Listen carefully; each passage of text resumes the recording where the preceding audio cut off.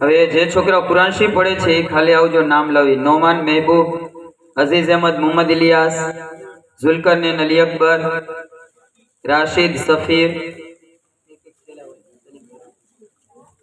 ઓલા સલીમભાઈ વાળા થેલા, શોબાન ઇસ્માઇલ, રેહાન નઝર મોહમ્મદ,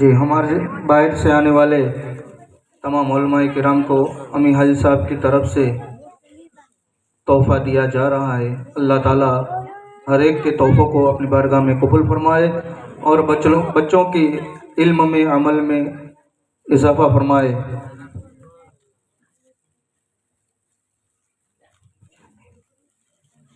انشاءاللہ صلاۃ و سلام کے بعد نیاز تقسیم ہوگی مولانا عبدالرحیم صاحب کی جانب سے، لہذا تمامی حضرات نیاز لے کر جائیں. آئس کریم رکھا گیا ہے.